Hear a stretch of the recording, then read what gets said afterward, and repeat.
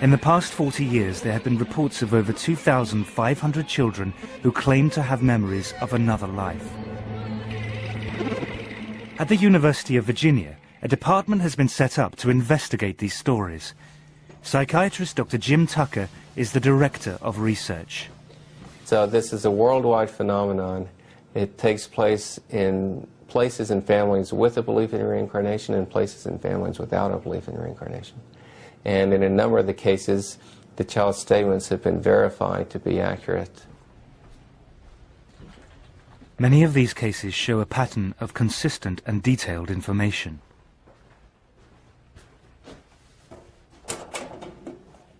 The children will usually start talking about these memories at a very early age, usually 2 or 3. Some of them talk about them matter-of-factly, but other children use great emotion in describing these things and will often long for the previous family. Jim records the child's memories and investigates whether there might be a connection to an actual person who has lived before. Many of the cases seem to defy simple, rational explanation.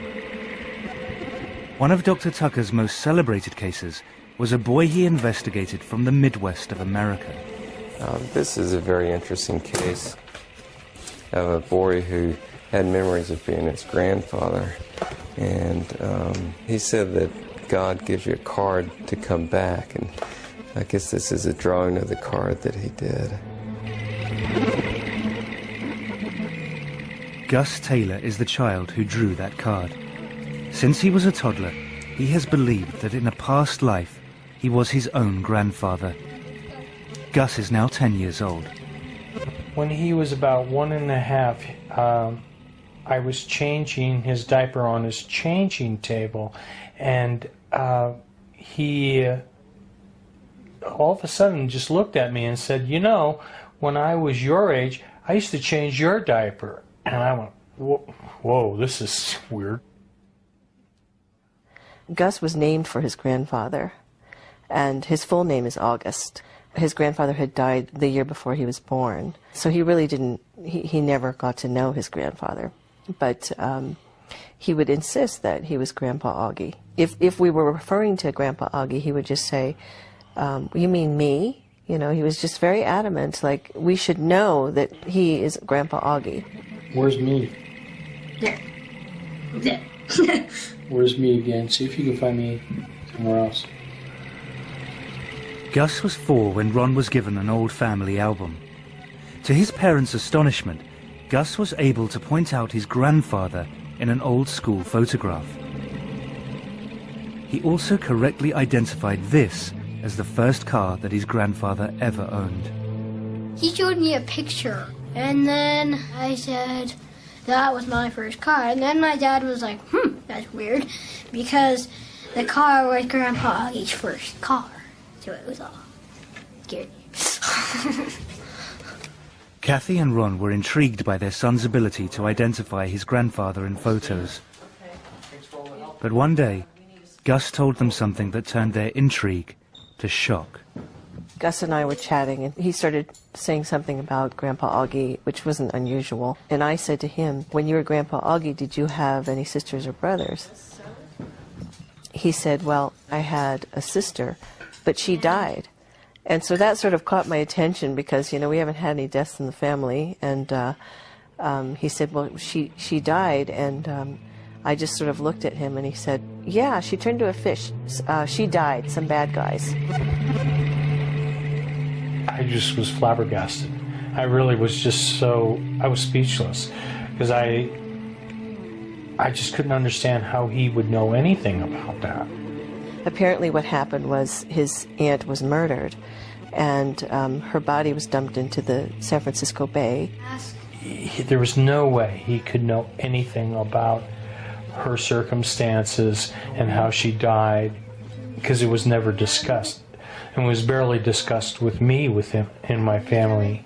To hear my son, who didn't know my father, didn't know his aunt who was murdered, speak about this, and because that's when I just went, there's something going on here that I just don't understand. For many in the West, reincarnation is an alien idea. Chris French believes that it's simply a comforting illusion, which helps some people avoid the difficult realities of death. On the one hand, you've got science that says, once you die, that's it, that's the end, nothing else. On the other hand, you've got a belief system that says you will survive, you will be reunited with your loved ones. In a sense, you do go on forever. You know, how much more appealing can you get? I mean, we all want that, we'd all want to believe that.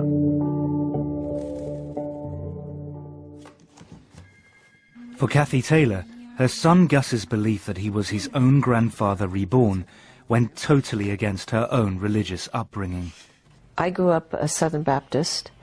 My father's a Southern Baptist minister, and Southern Baptists certainly don't, teach anything about reincarnation. So that was not, that was furthest from my mind when Gus started saying these things. This one day he sort of popped up and looked at me and said, "You know, Mom, when we die, we get to come back." And he looked at me again and he said, "I used to be big and now I'm a kid again." And he was just very excited about this.